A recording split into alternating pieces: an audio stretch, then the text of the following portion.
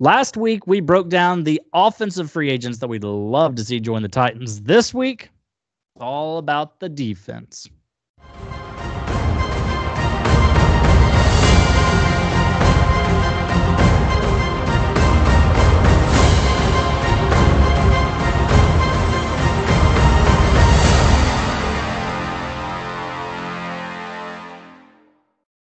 Welcome back to another Titan Bros video. Josiah, Gabriel, I'm Gabriel. He's Josiah. We're about to break down some free agents, and we hope you'll stick around to the end of this video because we have a bad habit of rambling a little bit. We do. We do, especially when there's this many names to go over. And I sometimes wish we did this a little more organized, but it's too late at this point. We ran out of weeks to actually. Instead of doing like a video where we just tackled tight ends and a video where we just tackled wide receivers, we just ran out of weeks before free agency to actually do that. So we're kind of having to lump all of offense last week. We're lumping all of defense this week. And that's that. So sorry, maybe we'll do better next year. Maybe. No promises. Got anything you want to say before we hop right on in? Nope. Let's hop right on in. All right, the first one, I'm going to ask you a question. Edge rushers is where we're going to start off, all right? Mm-hmm. Do you think that's something we need to put some free agency money into?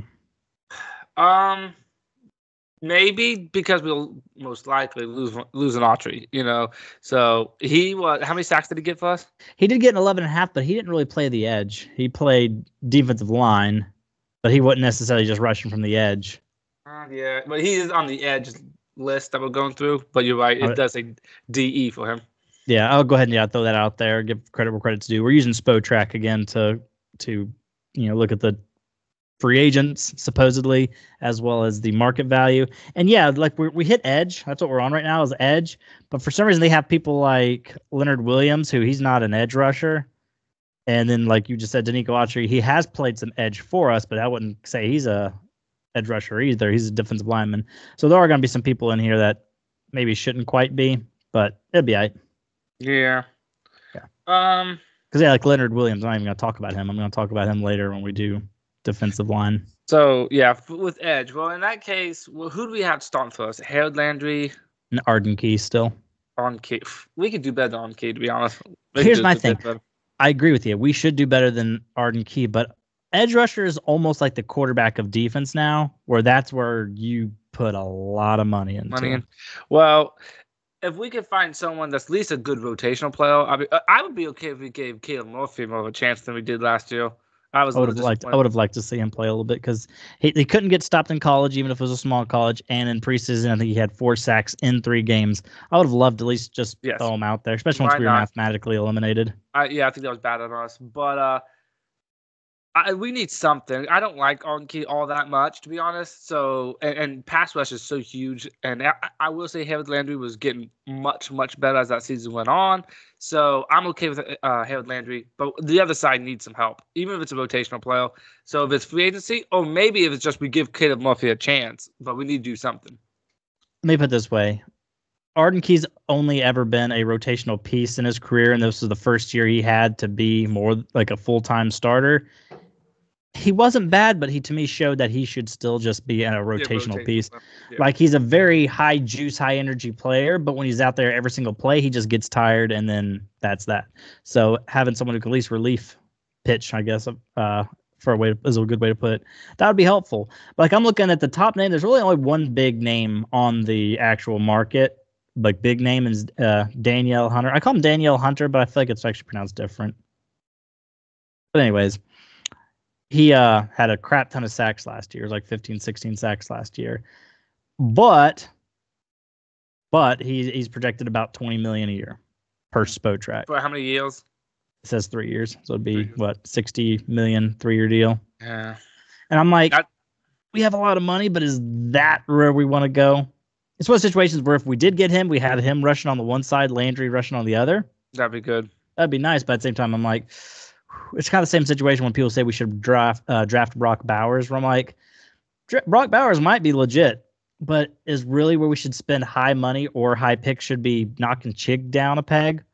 Should it really be like, should edge really be what we need to be going after? The thing is, there's no disguising it. That pass rush is where it's at because the quarterback is so important. Bringing the quarterback down just is also the second most important thing to do. So we need it. I was not a fan of our pass rush, but you're right in the sense that we have all this money, but is that the best place to put it? I say we just need to get ourselves a nice rotational player. That could be in the draft. That could be just maybe making Caleb Murphy more active. But I don't think we need to get a big name signing though. Does that make sense? Yeah, I agree. I don't know because we're already get an $86 million contract to Harold Landry, a 3-year, $21 million deal to Arden Key. That's a lot of money going to edge, and if we bring in more, like that's a lot of cash invested in that. Zadarius Smith, I would be interested in him. He's 31 years old. He's projected about $12.4 million. I would be okay if we gave him a 1-year deal and have Zadarius Smith and Arden Key rotate. That'd be about as pricey as I would go with it. Yeah, that sounds good. I like that. Yeah, because he's 31 years old, so he can't be expecting to make 20-30 million anymore. So that's kind of where I'd go there. Is there any people that just jump out that you're like, no, I got one? Who? Chase Young. Yeah. He's never developed into anything, and he's projected at 13 million a year. Can you tell me what he's done to deserve 13 million a year? Yeah, he's been a disappointment for sure. I expected more out of him when he got drafted, that's for sure. But sometimes people don't perform like they should. So yeah, you're right. He would. I think at this point he's more named than anything. Yeah. Now, I almost want to say this guy has the franchise tag on him. I lied about there not being a lot of big names. I just for some reason expected that they had it like lined up where the big name free agents were first. But like as I'm keep on scrolling down, these names are popping out to me that I kind of forgot about. Jadeveon Clowney, I'm out on Jadeveon Clowney. I don't like his personality, even though he had a really good season with the Jets. Not Jets, Ravens. Ravens. Well, look at us sounding stupid. But Brian Burns, the edge rusher for the Panthers. Did they not pick up his free 5th-year option? I guess he didn't. If he's on this list, because it says he has 4 years of experience in the NFL, he's projected at $21 million a year. See, that's the problem. Like, yes, all these people are good, but that's like you said, just so much money to be sinking into the edge. So I don't think that's where we should be going. I agree, but if we were to break bank on the edge, Brian Burns is where I'd go. If we had Brian Burns, who was my draft crush of that year, if we had Brian Burns on one side, Harold Landry on the other, Jeffrey Simmons in the middle, watch out. Okay. Anybody you want to go over before we move on to another position? No, I think I made up my mind that again. You're just add maybe a veteran piece. Bring me in somebody that's decent. He doesn't have to be great. Someone's decent. Oh, and then again, like I said earlier, or maybe just give Caleb Murphy a shot. Yeah, I have a feeling. I just don't know how I feel about having someone like him that shows so much potential, but literally don't let him play one snap. So you go into the next season with he's still a complete question mark when he didn't have to be, but he's a complete question mark. You don't know what to do with him because you literally played him 0 snaps. You know what I mean? I hate to say it, but I don't think they have any stock in him at all. I think they think he's just a practice squad / end of the roster guy. Like I don't think they actually have any plans, whether that's the right decision or not. Okay. Could be another thing where how Vrabel is with rookies for whatever reason. Yeah. So we'll see.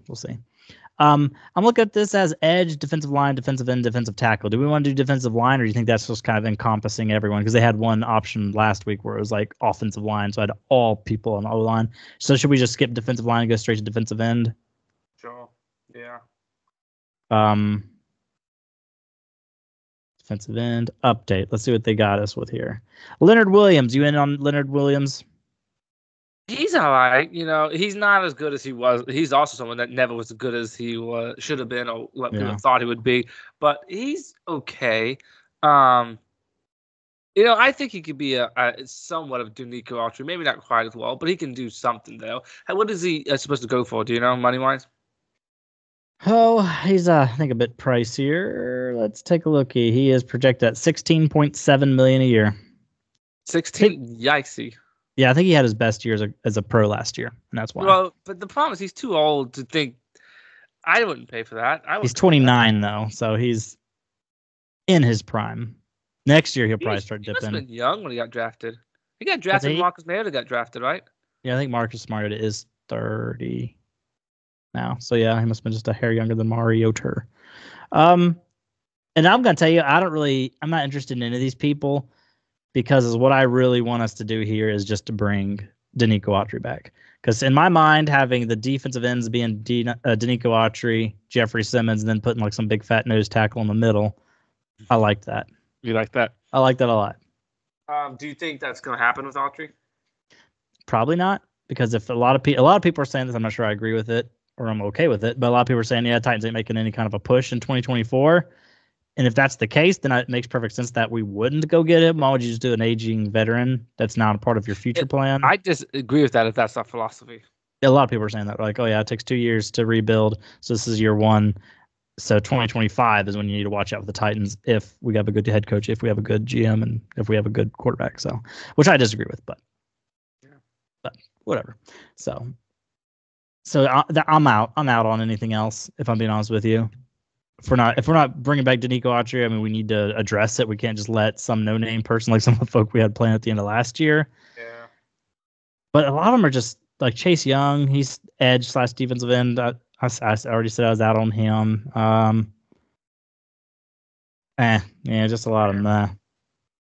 I mean, I see a lot of people like, you're decent, but they're all, if that is true, we're not actually trying next year. They're all old veterans. They're like, well, why would we bring them in? It just doesn't make sense for the timeline there. I hope that's not true, though. I really don't. That would be just a bad decision by Mr. Carthon or what's the head coach's name?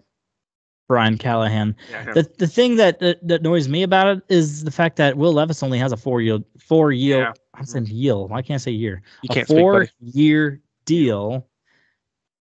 He's already got 1 year under his belt, and if we're not even really making any kind of or even attempting to try to make a push in his second year, that means we're literally only get his third and fourth year to see if he's even worth anything. Because let's face it, that's the years you win Super Bowls. Unless if he is something, those are the only years we have him for cheap, so we'll be able to build the best team around him. So that's a bust of a decision by us already by this front staff. But anyway, well, it's not the front staff that's saying it's just all media people are like, oh, well, that's what they got to get that somewhere. They're not pulling out of the butt. Well, it's not like the Titans are like, hey, guess what? We're not even trying this year. It's more like that's just what they're saying. Like, oh, we've been around football for a bazillion years. Takes at least 2 years to rebuild. Which I don't want to hear because the Texans went from drafting a quarterback with a second overall pick to 10-7 and in the playoffs. Anyway, I moved to defensive tackle. Yeah. Is that where you're going? Mm-hmm. Chris Jones ain't hitting the free agent market because a lot of people brought an interesting view, which is very smart. I agree with, is that technically the cap raising so much hurt Titans a lot because these teams that were going to have to cut these people or let them walk because they can't afford them, and suddenly they got way more wiggle room in their pocket, so they're able to bring a lot more of these people back. Like Chris Jones, he's not hitting the open market. He's about one of the best defensive tackles, if not the best defensive tackle player. And he's been that way for a long time. Can you imagine Chris Jones and Jeffrey Simmons side by side? That's just But yeah, I see a couple of people we might want to think about. T.O. Talt, Daquan Jones, Al Woods, all these ex-Titan players. Yeah. All kinds of ex-Tennessee Titans players. Boston Johnson? Yeah, he was a second-round pick in I thought so. So those are a bunch of ex-Titans right now we could get if we wanted to. Yeah, it was actually I think that was the third pick that John Robinson ever made. We've never been good at getting a defensive tackle. Like we couldn't put no one with Jeffrey Simmons. Well, him too, but Drell Casey. We never could get that second piece. We've had some Jaquan Jones. We've had some Al Woods. We've had T.O. Talk. No, we've had all these people that just never worked out. We've never been able to get that second tackle. Defensive tackle.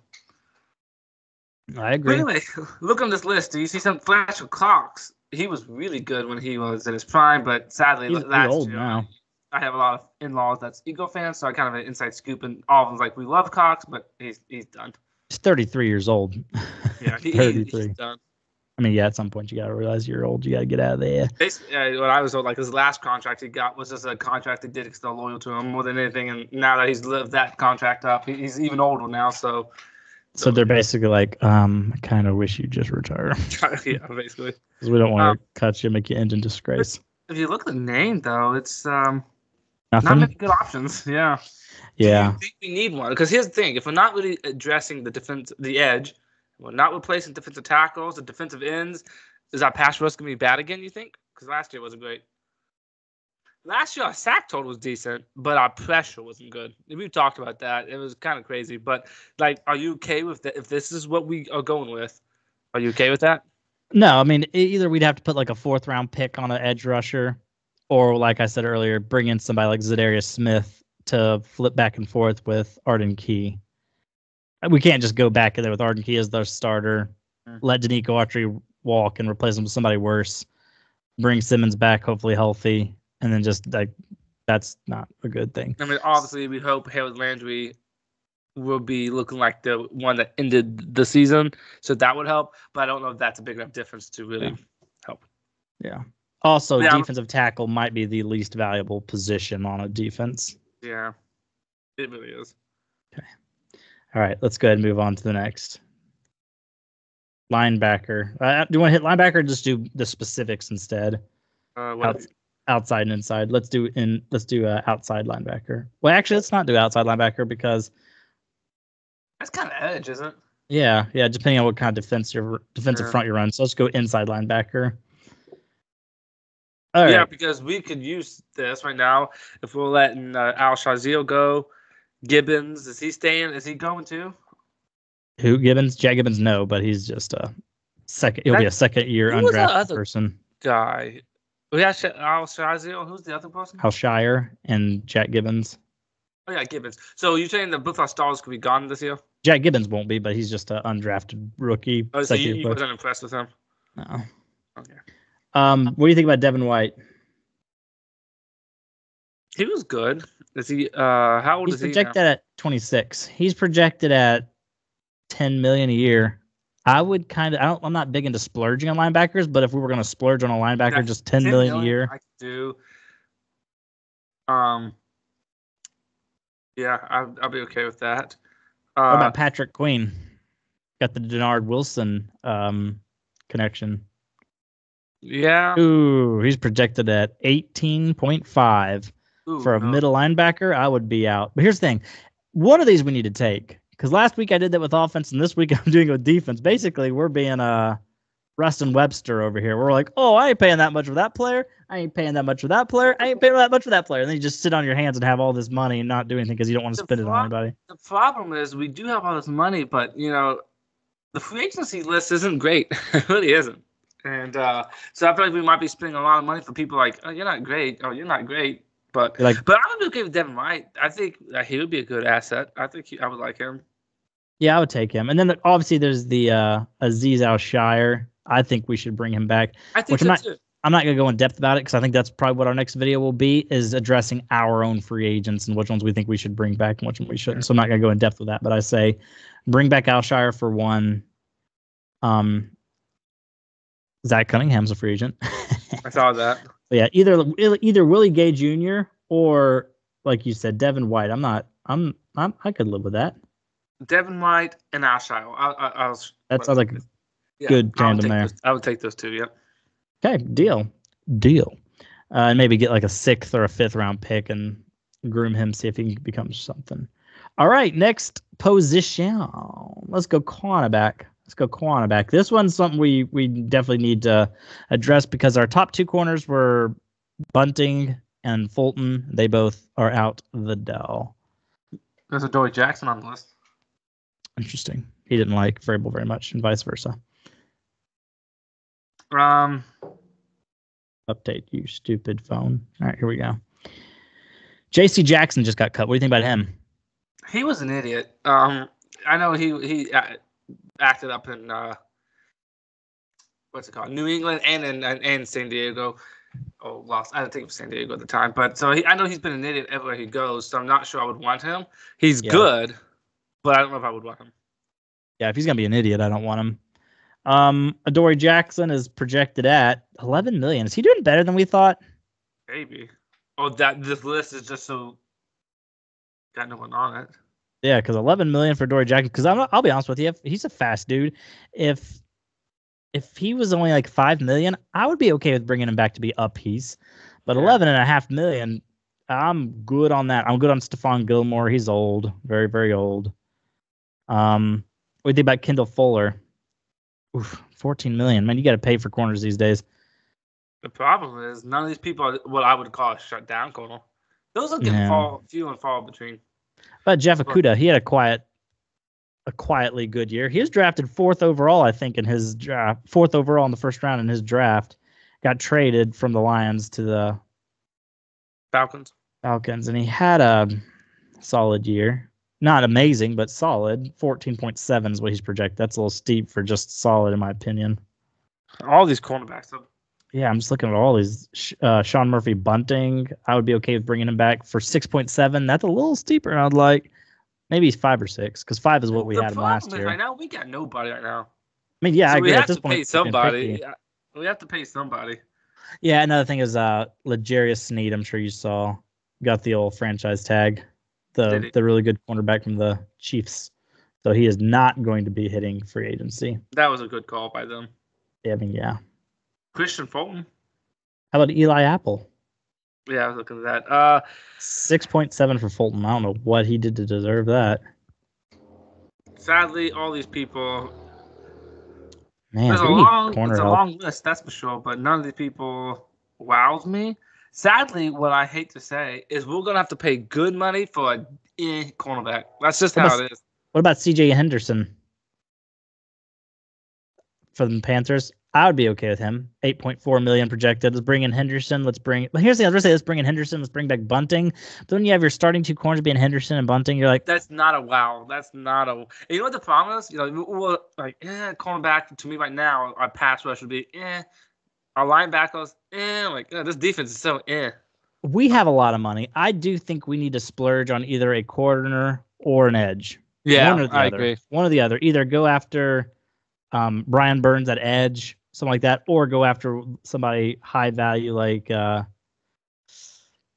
maybe Kendall Fuller, I guess. Kendall Fuller, he's 29, 7-year vet, projected about 14 million. Maybe that's who we should break the bank for. At the same time, though, you could get both of them. Like you get one for 20 million a year, one for 14. That's only 34 million. And technically, those first-year deals never count as much towards the cap because of the signing bonus. So honestly, I think that's what we should do. We should pay one high-dollar corner, a value corner like a Bunting. Yeah. Maybe draft a corner in the 4th. We usually get injured pretty good in the cornerback situation anyway, so more the merrier. Yeah, I agree. All right, let's move on to safety. Update. Scroll.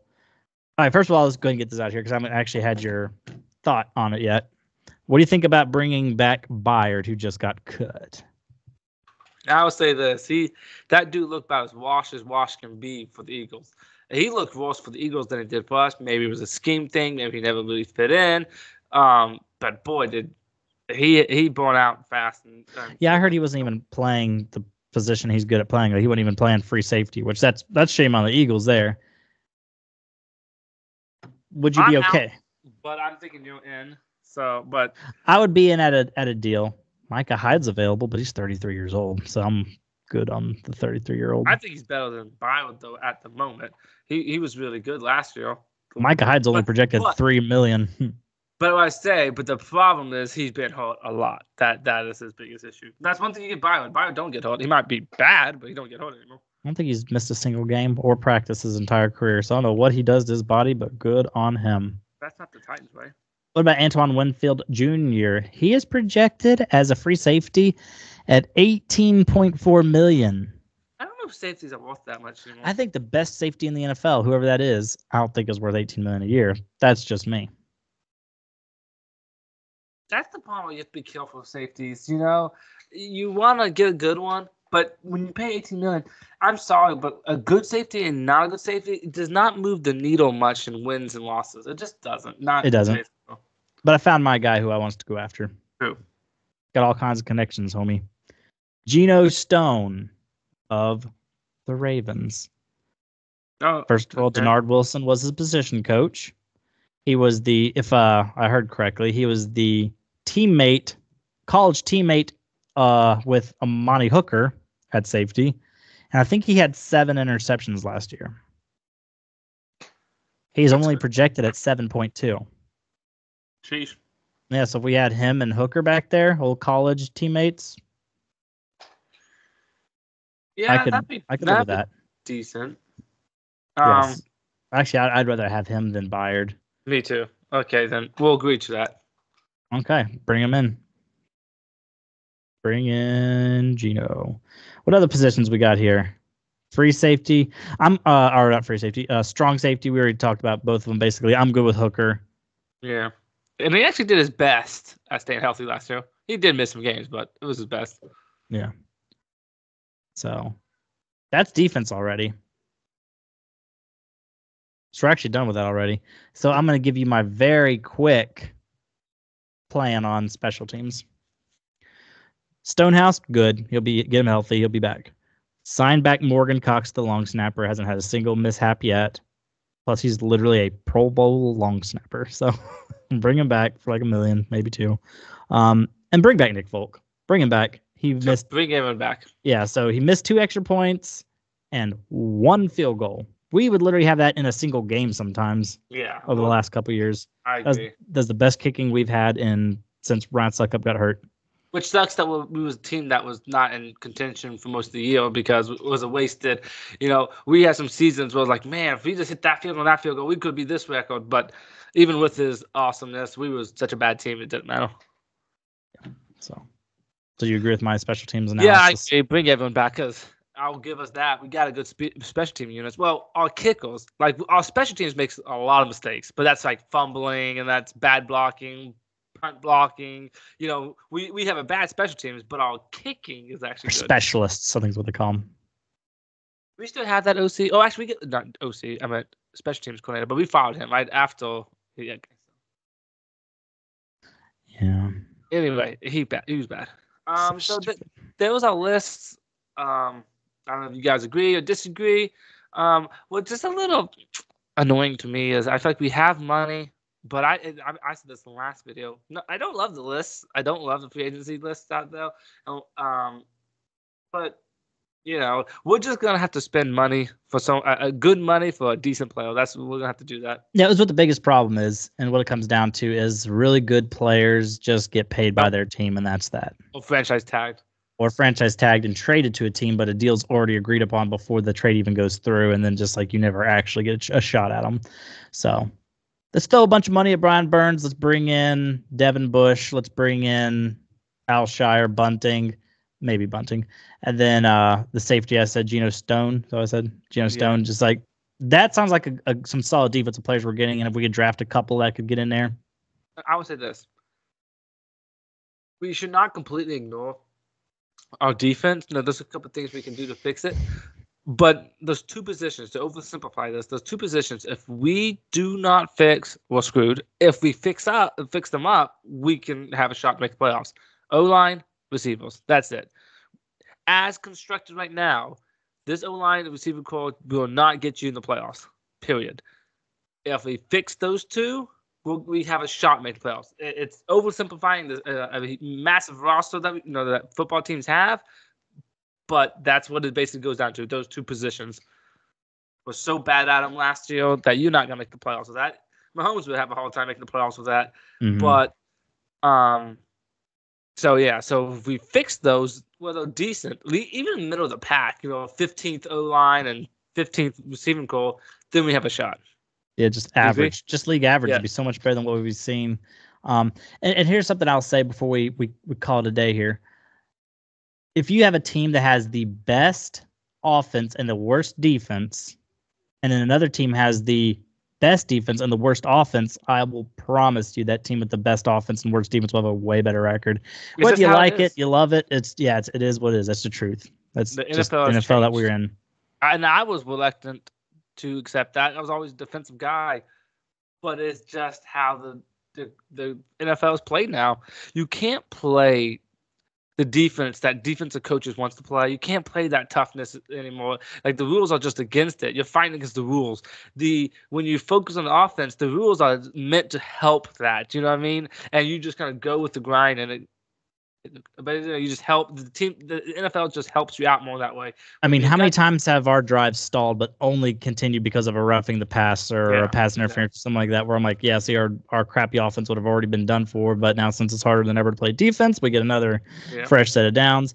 And I think back to put a bow on it, the 2020 season, our defense, remember how bad, literally record-breaking bad at two things: third down defense and sacks. Remember, we had like 16 or 17 sacks on the whole season. Yep. That's awful. But that was the year that Tannehill, A.J. Brown, Corey Davis, and Derrick Henry with his 2,000 yards, those went off. So just because we had such a good offense, it didn't matter how bad our defense was. We still got a 11-5 record and went to the playoffs. That's a perfect example right now. But just in today's NFL, it would say I'll take a number one offense and 32nd ranked defense just over the opposite of that. That's how it is. And that's the thing. And I'm happy we got an OC minded head coach. Maybe we can switch that. And that, because that was my biggest problem with Vrabel. As long as we have Vrabel, obviously he's not going to be an offensive guy, and he's going to be focusing on that tough defense. And that's just not how you win Super Bowls anymore. No, it's just not, sadly. But it is what it is. So there's our breakdown on what we should do in free agency, in defense, on defense, whatever. And I guess that's all I got for the video. Got anything else you want to say before we sign on out of here? Nope. I think I'm good. Just remember. I thought that was Taylor Lewan. But anyways, on that note, we're going to peace on out of here. So we will see y'all next weekend. Bye.